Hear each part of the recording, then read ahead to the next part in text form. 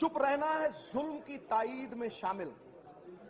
चुप रहना है जुल्म की ताईद में शामिल। हक की बात कहो, जुर्रत इजहार मत बेचो। ये जुर्रत मुझे पंजाब की मिट्टी ने दी है, ये मेरे खून में है, विरासत में गुरु गोविंद सिंह ने मुझे दी है। कादिराए कार गुरु गोविंद सिंह, बेकसाएं यार गुरु गोविंद सिंह। अध्यक्ष महोदय, देवता न काठ की मूर्ति में है न मिट्टी की, देवता भावना में विद्यमान है। इसलिए आज शुक्रगुजार हूं कि आपने पंजाब और हरियाणा के बाढ़ पीड़ित, मुसीबत ज़दा, लाचार, बेकस लोगों की आवाज बुलंद करने का मुझे मौका दिया है, उनके हक की आवाज। चुप रहना है जुल्म की ताईद में शामिल। चुप रहना है जुल्म की ताईद में शामिल। हक की बात कहो, जुर्रत इजहार मत बेचो। ये जुर्रत मुझे पंजाब की मिट्टी ने दी है, ये मेरे खून में है, विरासत में गुरु गोविंद सिंह ने मुझे दी है। कादिराए कार गुरु गोविंद सिंह, बेकसाएं यार गुरु गोविंद सिंह। इसलिए आज उन बेकस लोगों की आवाज बुलंद करता हूं। अध्यक्ष महोदय, यहां सब लीडर बैठे हैं। A leader converts weakness into strength, obstacles into stepping stones and disaster into Triumph.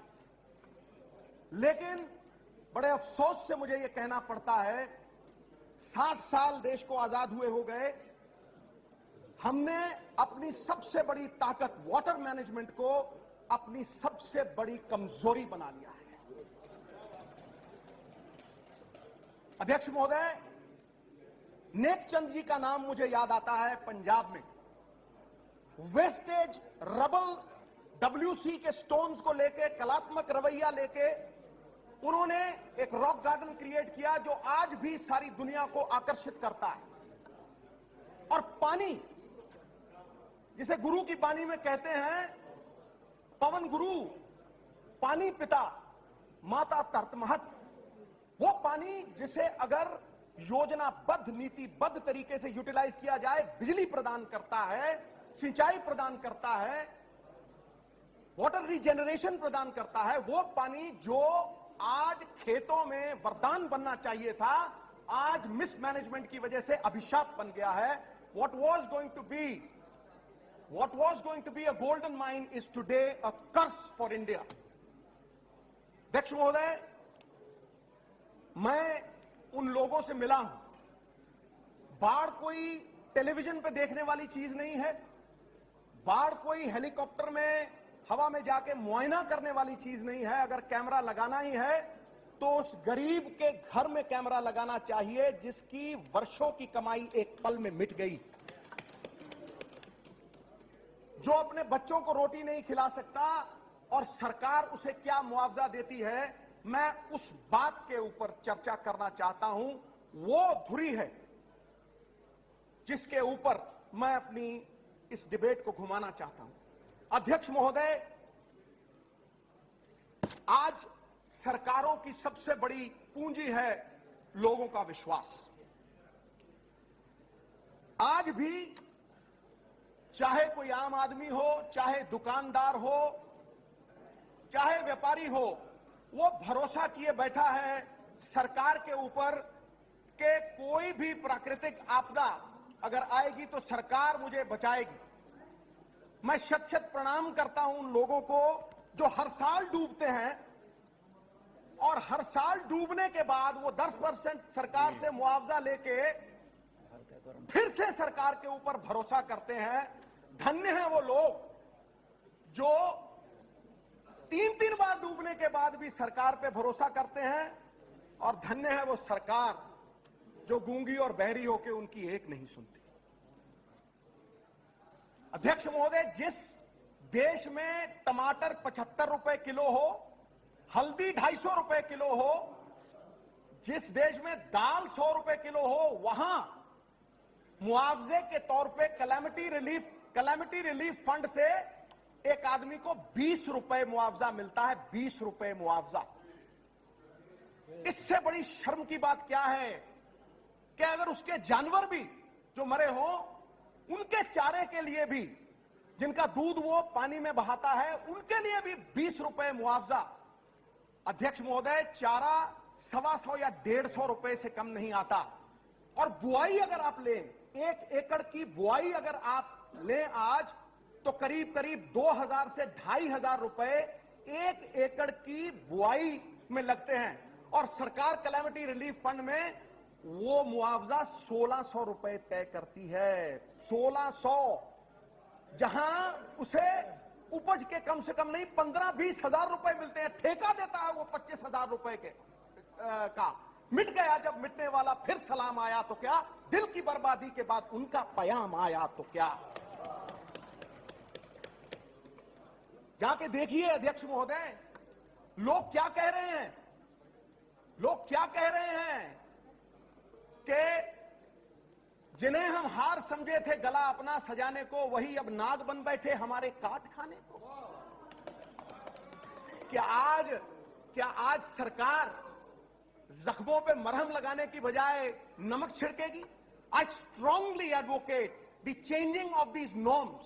They are laughable. अध्यक्ष महोदय, ये नॉर्म्स जो हैं वो गरीब की गैरत के ऊपर एक बहुत करारा तमाचा है।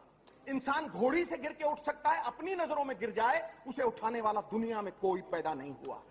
आप गरीब को उसकी अपनी नजरों में गिरा रहे हैं। अध्यक्ष महोदय, डिजास्टर मैनेजमेंट के तहत सरकार रिलीफ देती है। अभी कुछ दिन पहले वो चित्रा जहाज डूब रहा था, टीवी वाले चीख रहे थे, चिल्ला रहे थे, जहाज डूब रहा है।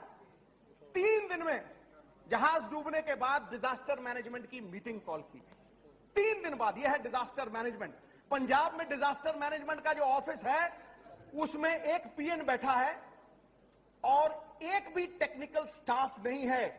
अध्यक्ष महोदय, ये वो लोग हैं जो कपड़ा बेचते हैं, कपड़ा बर्बाद होने के बाद 200 रुपए वाला कपड़ा 20 रुपए मीटर बेचने की कोशिश करते हैं, तो भी कोई वो कपड़ा खरीदता नहीं है।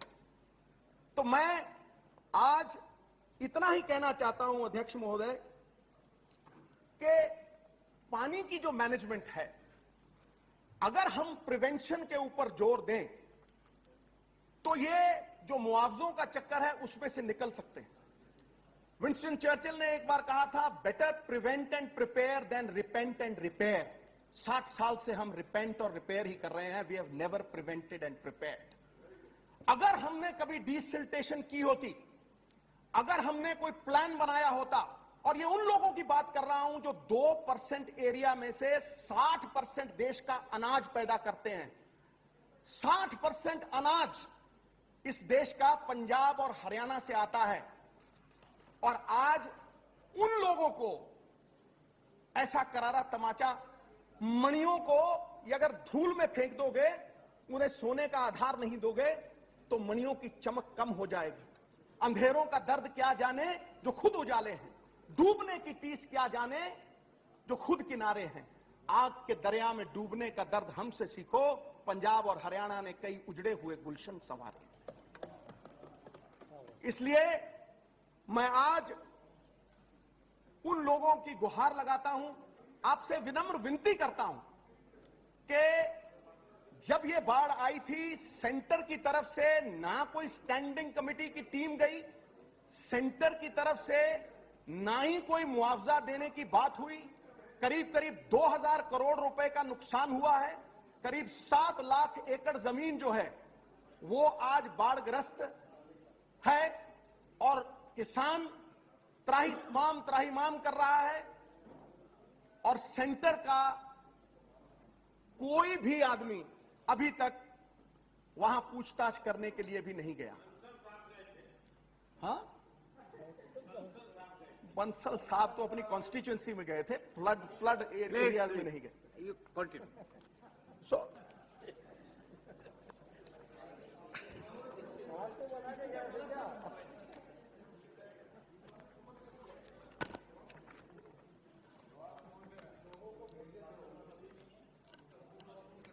नहीं नहीं नहीं, मूड ऑफ बिल्कुल नहीं, मूड ऑफ बिल्कुल नहीं।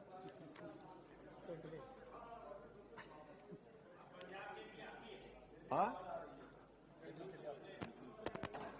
तो अध्यक्ष महोदय, मैं